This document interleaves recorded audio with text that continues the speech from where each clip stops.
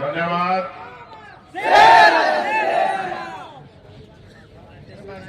ये नारा अच्छा नहीं।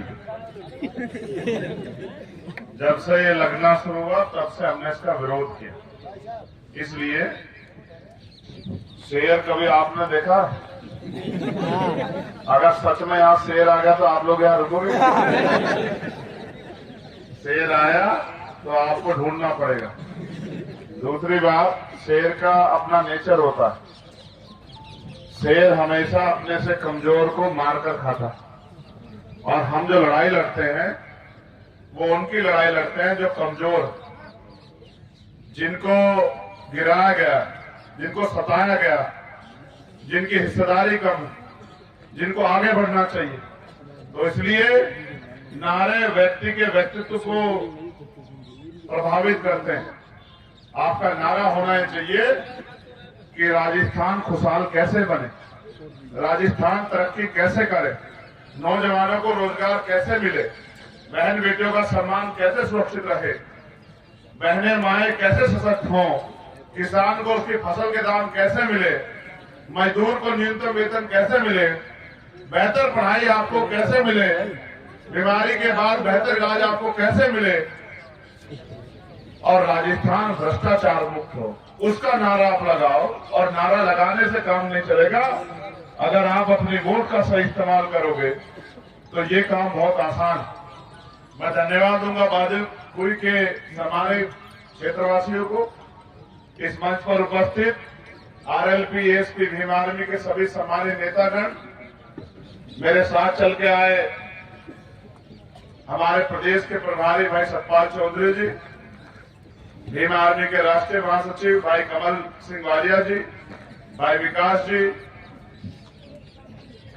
हमारे लोकप्रिय प्रत्याशी छोटे भाई पंकज जी, और किसानों, कमेरों, नौजवानों, गरीबों की सशक्त आवाज भाई हनुमान जी बेनीवाल, जो लंबे समय से इस क्षेत्र में इस लड़ाई को लड़ने का काम कर रहे हैं। आज मुझे बड़ी खुशी हुई कि उन्होंने इस टिकट को एक नौजवान को दिया। अब तक कांग्रेस भाजपा के दफ्तरों के बाहर लंबे लंबे कतारें लगती थी, पैसे वाले राज करते थे। इस बार हमने ये कोशिश की है कि गरीब, कमजोर, बेसहारा की जो आवाज बनना चाहते हैं, जिनके अंदर जज्बा है परिवर्तन का, उनको हम लोग मौका दें। तो इसी कड़ी में बांदीकुई में भी हमारे छोटे भाई आदिल अजीज, आपके लोकप्रिय प्रत्याशी पंकज जी बहुत मेहनत कर रहे हैं।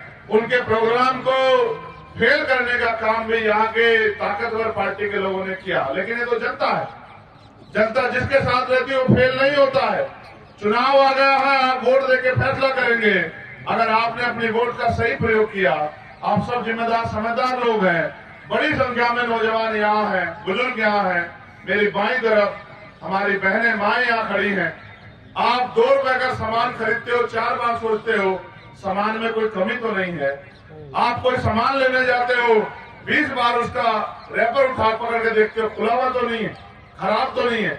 लेकिन जब आप अपनी कीमती वोट का प्रयोग करने जाते हो तो फिर आप काम करने वाले व्यक्ति को नहीं देखते। फिर आप ये देखते हो कि हमें किसको वोट करना है, और फिर आपकी वोट अंत है हमेशा ताकतवर लोगों के पक्ष में जाती है। वो आपकी वोट लेके घरों में जाके सो जाते हैं। अगले 5 साल आप जब परेशानी में होते तो उम्मीद करते कोई आपकी आवाज उठाए। जब तक आप अपने बीच के व्यक्ति को ताकत नहीं दोगे, जब तक आप अपने बीच के व्यक्ति को लड़ने की हिम्मत नहीं दोगे, और लोकतंत्र में हिम्मत वोट से दी जाती है, ताकत वोट से दी जाती है। अगर आप वास्तविकता में भाजपा और कांग्रेस के अन्य अत्याचार से परेशान हैं, इनके भ्रष्टाचार से परेशान हैं, तो आप पे भी एक मौका आता है कि अपनी वोट की चोट से इनको जवाब दें। मैं आपसे अपील करूंगा, आरएलपी एसपी का गठबंधन पूरे प्रदेश में मजबूती से चुनाव लड़ रहा है, और यहाँ पर हम इतनी सीटें लेके आ रहे हैं कि ना भाजपा की सरकार बनेगी, ना कांग्रेस की सरकार बनेगी। सरकार बनेगी तो आरएलपी एसपी के गठबंधन से सरकार बनेगी। और इस बार हमने तय किया है कि राजस्थान सुरक्षित हाथों में जाना चाहिए। ये प्रदेश लंबे समय से सुरक्षित हाथों का इंतजार कर रहा है। इसलिए मैं मानता हूं कि भाई हनुमान जी बेनीवाल जो किसान परिवार से आते हैं और किसान अपने साथ साथ अपने प्रदेश, अपने क्षेत्र और अपने देश का भी ख्याल रखता है।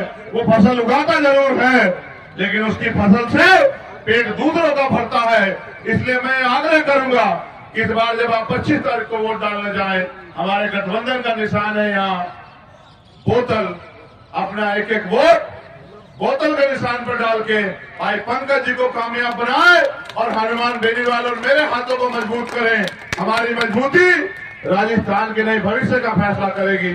आज तो इतना अच्छा सिस्टम बनाया मुख्यमंत्री जी ने, विधायक और मंत्री अपने हिसाब से अधिकारी कर्मचारी लगाते हैं। आप ये सोचो, जो विधायक जी ने, मंत्री जी ने कर्मचारी लगाया वो आपकी सेवा करेगा, आप पे काम करेगा, आपके हिसाब से चलेगा, या मंत्री जी या विधायक जी के हिसाब से चलेगा? आप सोचो।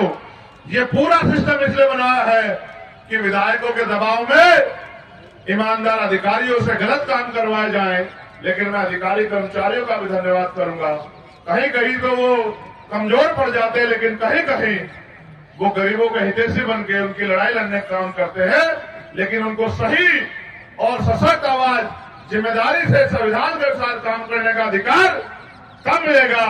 जब भ्रष्टाचार से मुक्त राजस्थान बनेगा और भ्रष्टाचार में फंसी भाजपा कांग्रेस का सुपड़ा साफ होगा। इस बार हम लोग नींव रख रहे हैं।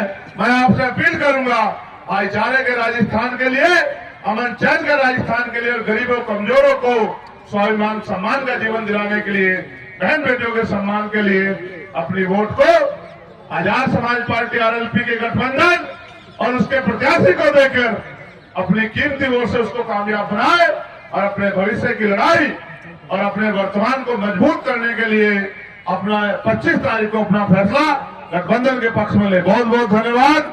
आप सभी के लिए मंगल कामनाएं।